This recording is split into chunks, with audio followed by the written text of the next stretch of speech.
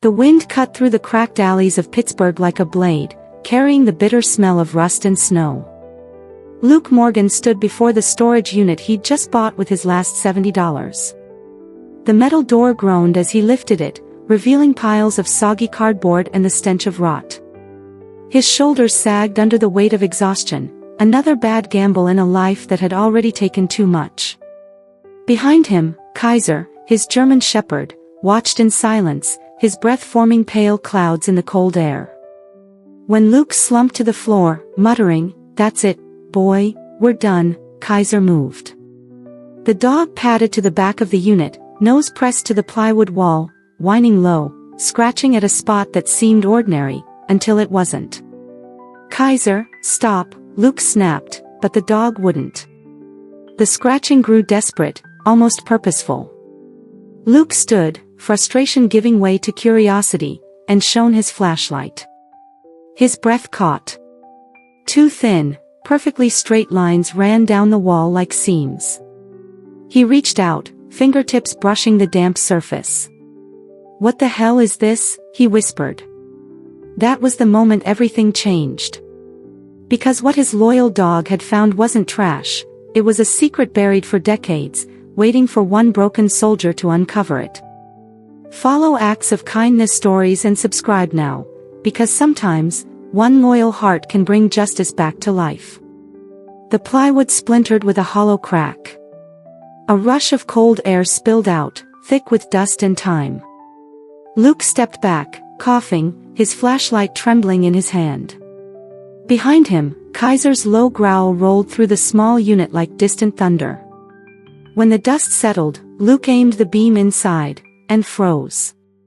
There, in the gap behind the fake wall, sat three objects: a wooden box, a sealed envelope marked with red wax, and a heavy black metal case covered in rust.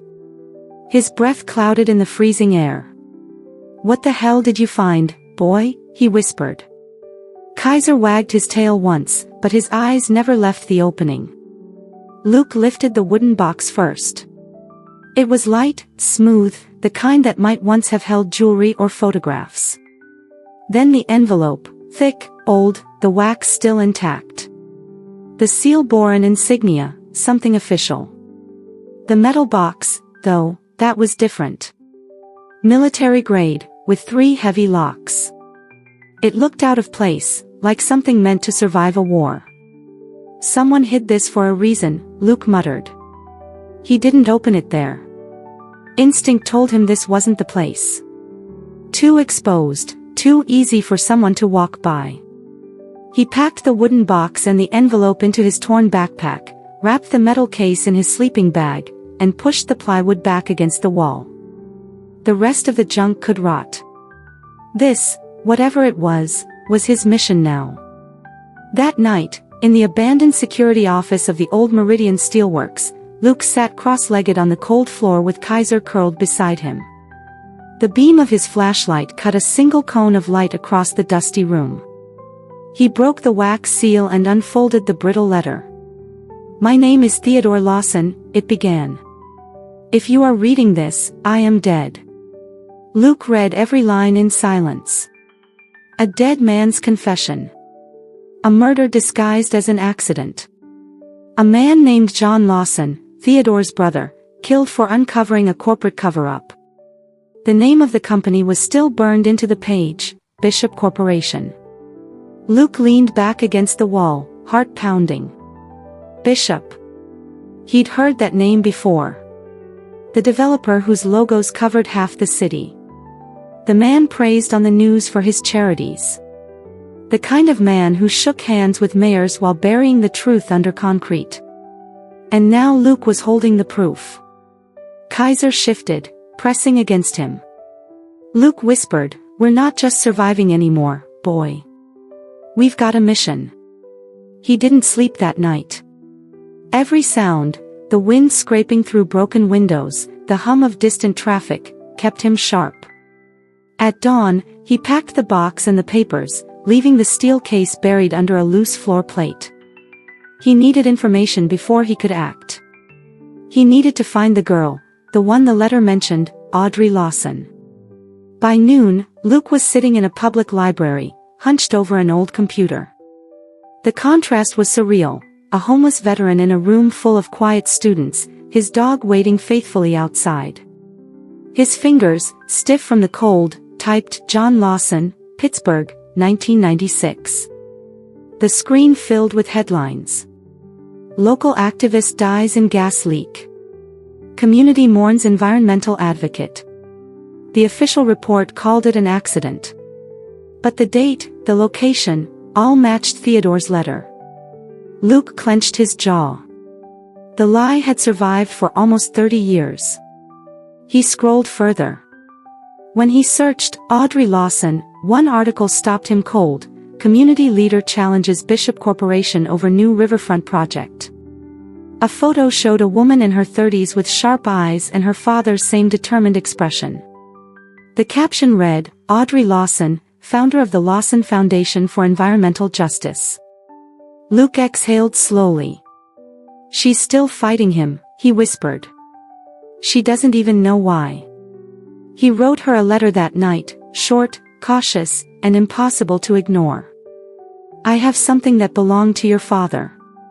It may prove what really happened. Meet me at Shenley Park, Saturday, 2 p.m. I'll have a German Shepherd with me. Come alone. He mailed it and waited. 3 days of cold silence.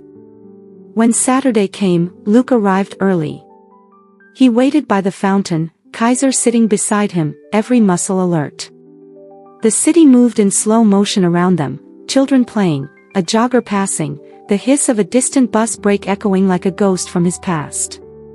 Then he saw her. Audrey Lawson. She walked with purpose, scanning the park, her breath fogging in the air. When her eyes found him, she hesitated. A tall stranger in a cracked leather jacket, with a dog that looked carved from smoke. Miss Lawson, Luke said, raising his hand slightly. You came. You're the one who sent the letter, she said, her tone sharp. What is this? Luke pulled the small wooden box from his pack and opened it.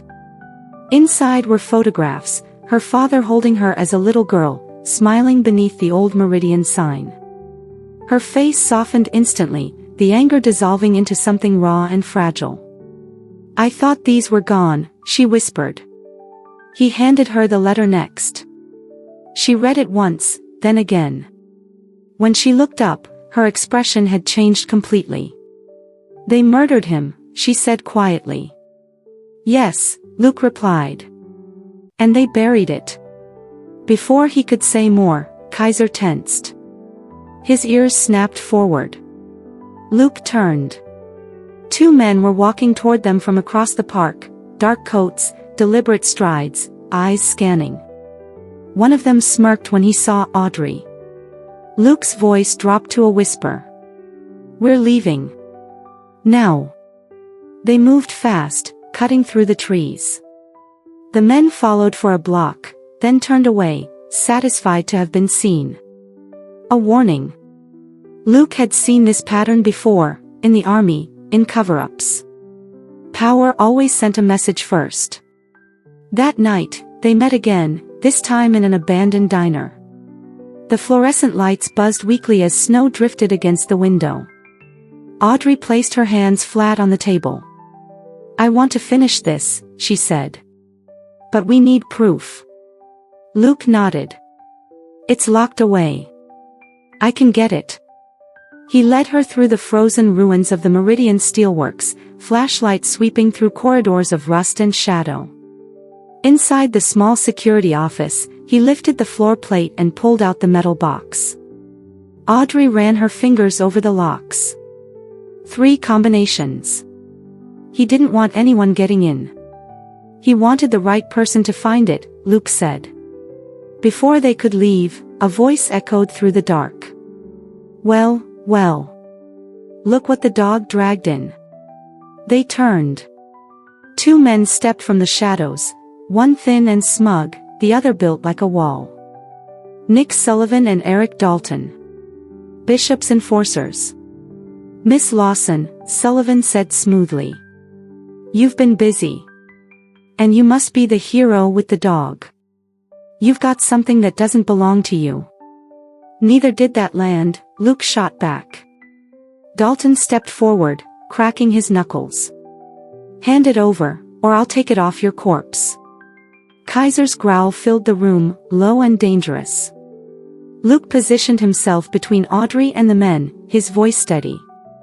You make one move toward her, and I'll make sure you don't walk out. Sullivan smirked. You're not in a war zone anymore, Sergeant. You're trespassing on corporate property.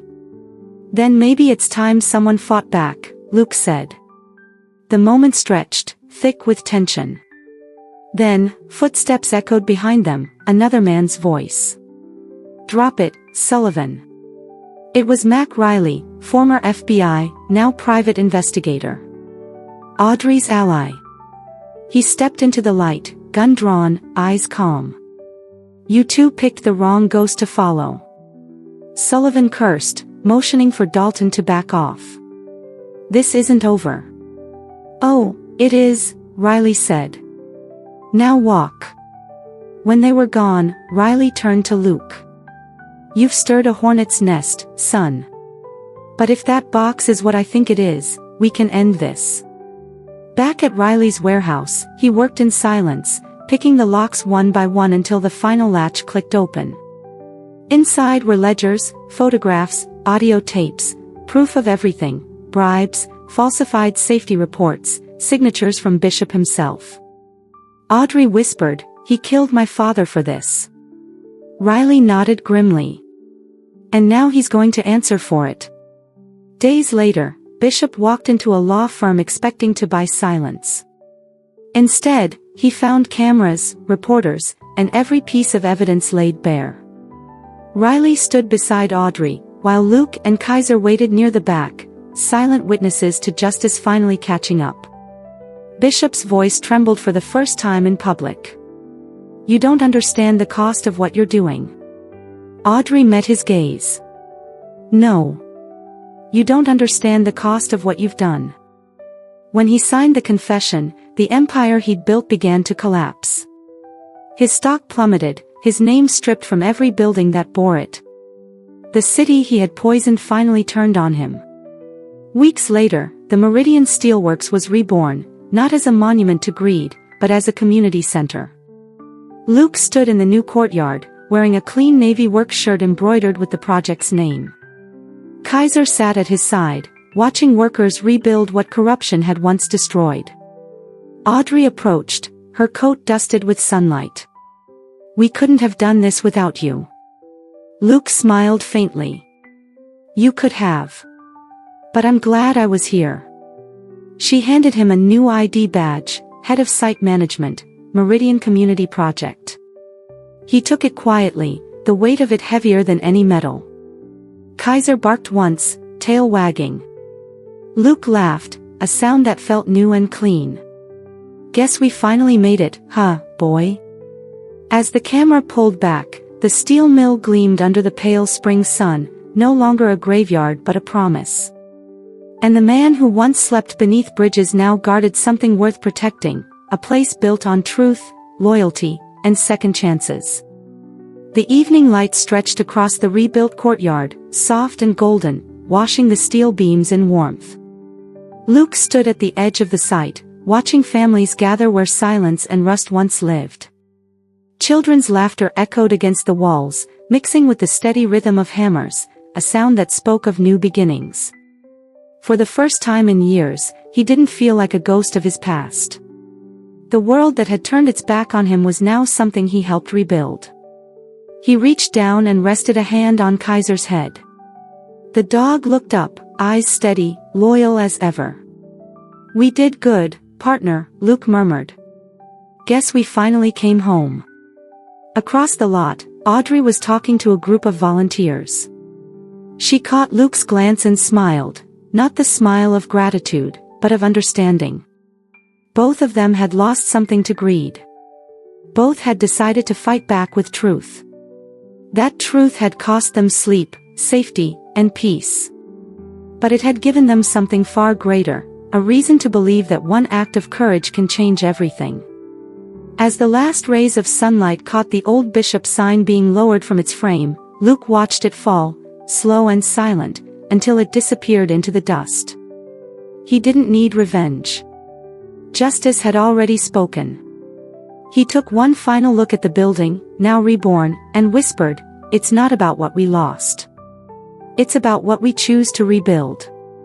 If stories like this move you, if you believe that kindness, courage, and truth still matter, don't just watch.